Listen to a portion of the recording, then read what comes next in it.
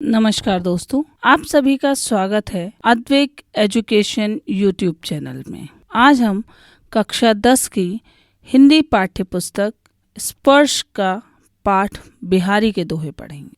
तो आइए हम हमारा वीडियो स्टार्ट करते हैं। मांझी पोंछी चमकाई, युत प्रतिभा जतन अनेक, दीर्घ जीवन विविध सुख, रची सतसई एक। ये बहुत प्रसिद्ध दोहा है बिहारी जी के बारे में कि मांझ कर, पोंछ कर और चमका कर अनेक प्रयास करने के बाद ऐसी प्रतिभा सामने आई है जिनका जीवन तो लंबा था, सुख भी बहुत थे, लेकिन उन्होंने ग्रंथ केवल एक ही रचा जिसे बिहारी सतसई नाम दिया गया। बिहारी सतसई में 700 दोहे हैं। जिस प्रकार से दोहा छोटे से छंद में बहुत गहरे अर्थ रखता है, उसी तरह से जो बिहारी जी हैं वो भी थोड़े से शब्दों में बहुत कुछ कहने में माहिर थे। इनके दोहों के अर्थों की गंभीरता को देखकर ये कहा जाता है कि सतसैया के दोहरे ज्यों नावक के तीर, देखन में छोटे लगें घाव करें गंभीर। अर्थात सतसई के दोहे ऐसे हैं जैसे किसी मधुमक्खी का डंक जो देखने में तो छोटा लगता है किंतु घाव बहुत गहरा करता है। अब बिहारी जी का परिचय। तो बिहारी जी का जन्म 1595 में ग्वालियर में हुआ था। 7-8 वर्ष की उम्र में ही इनके पिता ओरछा चले गए, जहां इन्होंने आचार्य केशव दास से काव्य शिक्षा पाई। यहीं बिहारी रहीम के संपर्क में आए। बिहारी ने अपने जीवन के कुछ वर्ष जयपुर में भी बिताए। वे रसिक जीव थे, पर इनकी रसिकता नागरिक जीवन की रसिकता थी। इनका स्वभाव विनोदी और व्यंग्य प्रिय था। इनकी एक रचना सतसई उपलब्ध है जिसमें करीब 700 दोहे संग्रहित हैं और 1663 में इनका देहावसान हो गया, अर्थात इनकी मृत्यु हो गई। बिहारी की भाषा ब्रज भाषा है। सतसई में मुख्यतः प्रेम और भक्ति को दर्शाने वाले दोहे हैं। बिहारी मुख्य रूप से श्रृंगार रस के लिए जाने जाते हैं। इस पाठ में बिहारी के कुछ दोहे दिए जा रहे हैं। इन दोहों में श्रृंगार के साथ साथ लोक व्यवहार, नीति ज्ञान आदि विषयों का भी वर्णन किया गया है। तो इन दोहों से आपको भी ज्ञात होगा कि बिहारी कम से कम शब्दों में अधिक से अधिक अर्थ भरने की कला किस प्रकार से जानते थे। तो आइए हम हमारा पाठ शुरू करते हैं। तो बिहारी का पहला दोहा है, सोहत ओढ़े पीतु पटु, श्याम सलोने गात, मनो नीलमणि सैल पर आतप परयो प्रभात। सोहत मतलब अच्छा लगना, ओढ़े मतलब ओढ़कर, पीतु मतलब पीला, पटु मतलब कपड़ा, गात मतलब शरीर, नीलमणि सैल मतलब नीलमणि का पर्वत, आतप मतलब धूप और प्रभात मतलब सुबह। इन पंक्तियों में बिहारी ने श्री कृष्ण के सौंदर्य का वर्णन किया है कि पीले वस्त्र पहने कृष्ण ऐसे सुशोभित हो रहे हैं मानो नीलमणि पर्वत पर प्रातःकालीन सूर्य की किरणें पड़ रही हों। अब दूसरा दोहा, कहलाने एकत बसत, अहि मयूर मृग बाघ, जगत तपोवन 100 कियो, दीर्घ दाग निदाग। अहि मतलब सांप, एकत मतलब एकत्र होना या इकट्ठे होना, बसत मतलब रहते हैं, मृग मतलब हिरण, मयूर मतलब मोर, तपोवन वह वन जहाँ तपस्वी रहते हैं, दीर्घ दाग मतलब भयंकर गर्मी और निदाग मतलब ग्रीष्म। इस दोहे में ये बताया गया है कि ग्रीष्म ऋतु में किस तरह का भयानक ताप है और ग्रीष्म ऋतु की भयानक ताप ने इस संसार को जैसे तपोवन बना दिया है। इसका अर्थ है ग्रीष्म ऋतु की भयानक ताप ने इस संसार को जैसे तपोवन बना दिया है। इस भयंकर गर्मी से बचने के लिए एक दूसरे के शत्रु सांप, मोर और हिरण और सिंह साथ साथ रहने लगे हैं। विपत्ति की इस घड़ी में भी द्वेषों को भुलाकर जानवर भी तपस्वियों जैसा व्यवहार कर रहे हैं। अब तीसरा दोहा, बतरस लालच लाल की, मुरली धरी लुकाई, सौह करे भौहनु हंसे, दैन कहे नटी जाए। बतरस मतलब बातचीत का आनंद अर्थात बातों का रस, लाल अर्थात श्री कृष्ण, मुरली अर्थात बांसुरी, लुकाई छिपाना, सौह मतलब शपथ या कसम, भौहानु मतलब भौं से और नटिचाए मतलब मना कर देना। इसमें कवि गोपियों द्वारा श्री कृष्ण की बांसुरी चुराए जाने का वर्णन करते हैं। बिहारी जी कहते हैं कि गोपियों ने श्री कृष्ण से बात करने के लिए लालच में उनकी बांसुरी को चुरा लिया है। गोपियां कसम भी खाती हैं कि उन्होंने बांसुरी नहीं चुराई है, लेकिन बाद में भौं घुमाकर हंसने लगती हैं और बांसुरी देने से मना कर देती हैं। अब चौथा दोहा। कहत नटत रीझत खींचत, मिलत खिलत लजियात, भरे भौन में करत है, नैनन हुए सब बात। कहत मतलब कहना या बात करना, नटत मतलब इनकार करना, नट जाना, रीझत मतलब मोहित होना, खीजत मतलब बनावटी गुस्सा करना, मिलत मतलब मिलना, खिलत मतलब प्रसन्न होना, खिल उठना, लज्जात मतलब शर्माना, भौन मतलब भवन के लिए आया भौन, और नैननु मतलब नैनों से या नेत्रों से। इस दोहे में कवि कहते हैं कि नायक और नायिका एक दूसरे से आंखों ही आंखों में बातचीत करते हैं। नायक की बातों का उत्तर कभी नायिका इनकार से देती है तो कभी उसकी बातों पर मोहित हो जाती है, कभी बनावटी गुस्सा दिखाती है, और जब उनकी आंखें मिलती हैं तो वे दोनों ही खुश हो जाते हैं और कभी कभी शर्मा भी जाते हैं। कवि कहते हैं कि इस तरह से भीड़ में भी एक दूसरे से बात करते हैं और किसी को ज्ञात भी नहीं होता या किसी को पता भी नहीं चलता।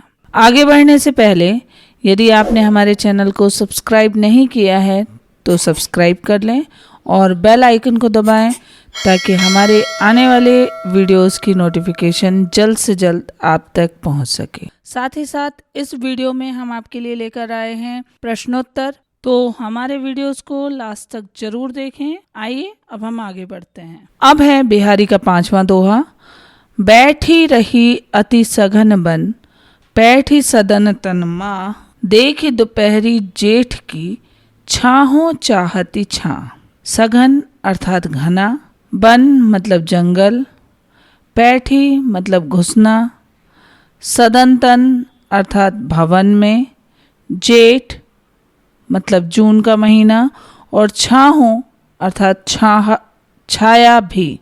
कवि कहते हैं कि जून महीने की गर्मी इतनी अधिक हो रही है कि छाया भी छाया ढूंढ रही है, अर्थात वह भी गर्मी से बचने के लिए जगह तलाश कर रही है। वह या तो किसी घने जंगल में मिलेगी या किसी के घर के अंदर। छठा दोहा। कागज पर लिखत न बनत, कहत संदेशु लजात, कही है सबु तेरो हियो, मेरे हिय की बात। इसमें कवि ने एक नायिका की विरह दशा का वर्णन किया है।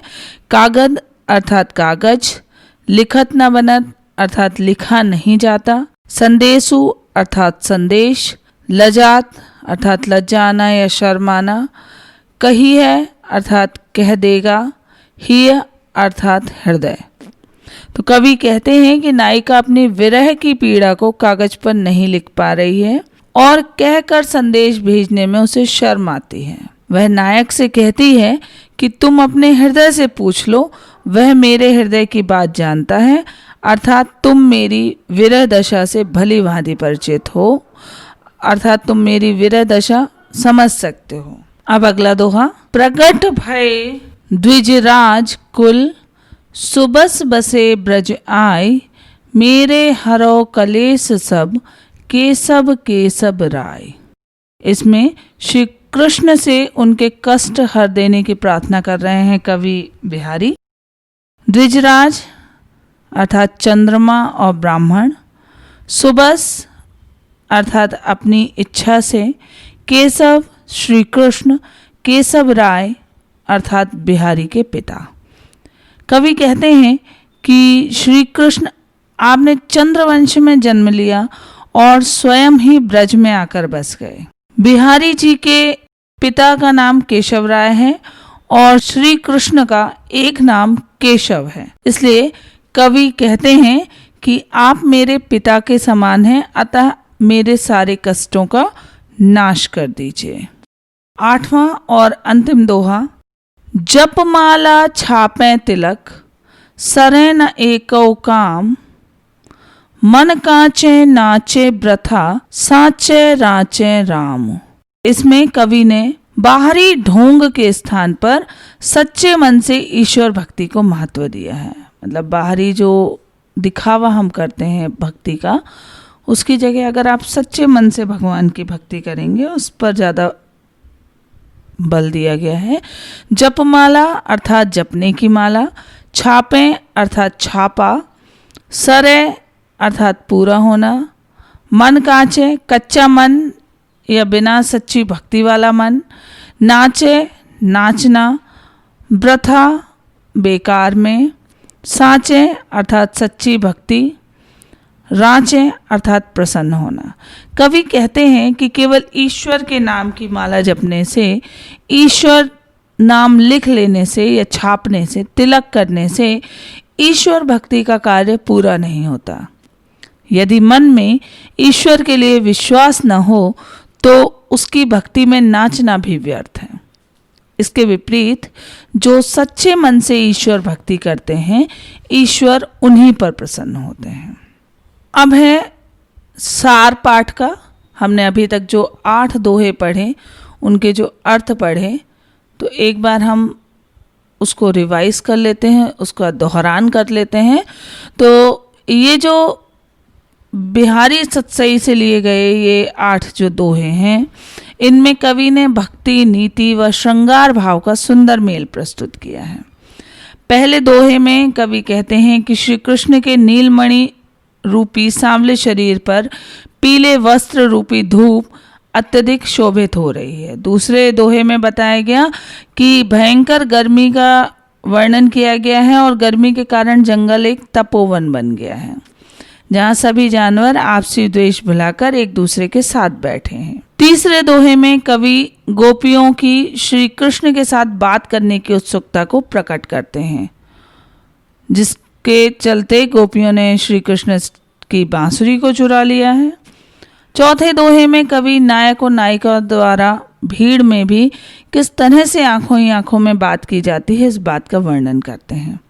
पांचवें दोहे में कवि जून के महीने की भीषण गर्मी का वर्णन करते हुए कहते हैं कि गर्मी इतनी बढ़ गई है कि छाया भी छाया ढूंढने के लिए जंगलों या घरों में छिप गई है। छठे दोहे में कवि कहते हैं कि नायिका नायक को संदेश भेजना चाहती है, परंतु अपनी विरह दशा का वर्णन कागज पर नहीं कर पा रही है और न ही किसी को बता पा रही है। वह चाहती है कि नायक उसकी विरह दशा का अनुमान स्वयं लगाए। सातवें दोहे में कवि श्री कृष्ण से कहते हैं कि आप चंद्रवंश में पैदा हुए हैं और स्वयं ब्रज आए हैं। कवि श्री कृष्ण की तुलना अपने पिता से कर रहे हैं और कहते हैं कि आप मेरे पिता तुल्य हैं, अतः मेरे सारे कष्टों का नाश कर दीजिए। और अंतिम दोहे में कवि आडंबर से बचने व ईश्वर की सच्ची भक्ति करने को कहते हैं और बताते हैं कि सच्ची भक्ति से ही ईश्वर प्रसन्न होते हैं। तो ये था पाठ का सार। अब है अभ्यास प्रश्न। पहला प्रश्न है, छाया भी कब छाया ढूंढने लगती है? तो जब जून का महीना होता है और गर्मी अत्यधिक बढ़ जाती है, तब छाया भी छाया तलाश करने के लिए जंगलों या घरों के अंदर चली जाती है। अर्थात छाया भी गर्मी से परेशान होकर छाया की तलाश करते हैं। दूसरा प्रश्न है, बिहारी की नायिका ये क्यों कहती है कि कही है सबू तेरो हियो मेरे हिये की बात? तो नायिका परदेश गए हुए नायक को पत्र लिखना चाहती है और अब विरह दशा को पत्र में लिखने में अपने आप को असमर्थ पाती है और वह न ही किसी को बता पाती है क्योंकि उसको लज्जा आती है, शर्म आती है। नायिका नायक से सच्चा प्रेम करती है और कहती है कि यदि नायक भी उससे सच्चा प्रेम करता है तो नायक का हृदय नायक को नायिका के हृदय की विरह दशा का आभास करा देगा। सच्चे मन में राम बसते हैं ना, दोहे के संदर्भानुसार स्पष्ट कीजिए। तो कवि का मानना है कि आडंबरों से ईश्वर की प्राप्ति संभव नहीं और न ही मनकों को गिनने, तिलक लगाने या राम नाम लिखने से ईश्वर की प्राप्ति होती है। सच्चे मन से ईश्वर पर विश्वास व ईश्वर की भक्ति करने से ही ईश्वर की प्राप्ति संभव है।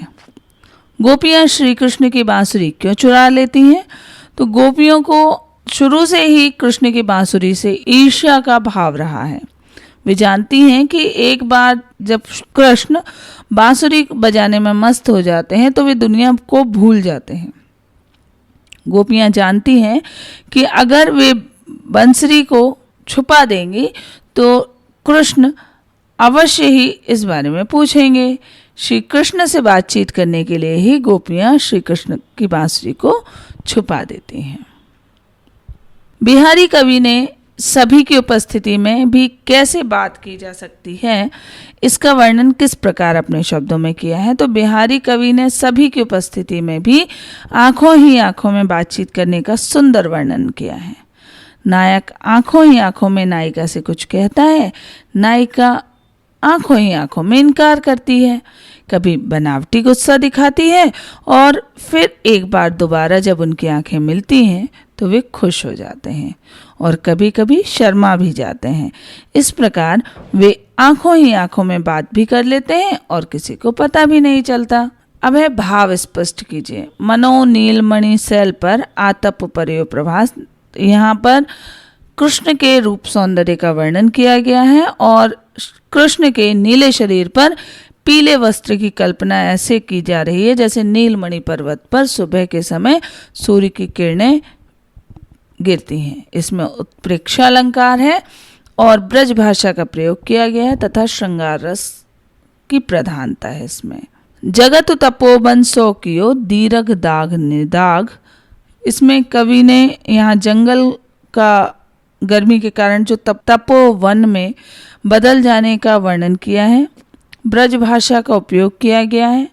यहाँ उपमा और अनुप्रास अलंकार का सुंदर मेल है। उपमा तपोवन सा, सौ सा ये जहाँ आते हैं वहाँ उपमा अलंकार होता है और अनुप्रास अलंकार दीर्घ दाग, यहाँ द वर्ण की आवृत्ति हो रही है इसलिए यहाँ पे अनुप्रास अलंकार है।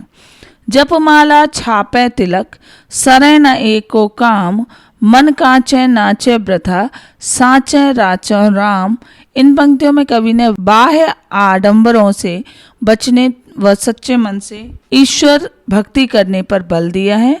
यहाँ ब्रज भाषा का प्रयोग हुआ है, अनुप्रास अलंकार का प्रयोग है और यहाँ शांत रस प्रधान है। अनुप्रास अलंकार राचे राम, र वर्ण की आवृत्ति हो रही है इसलिए यहाँ पर अनुप्रास अलंकार है।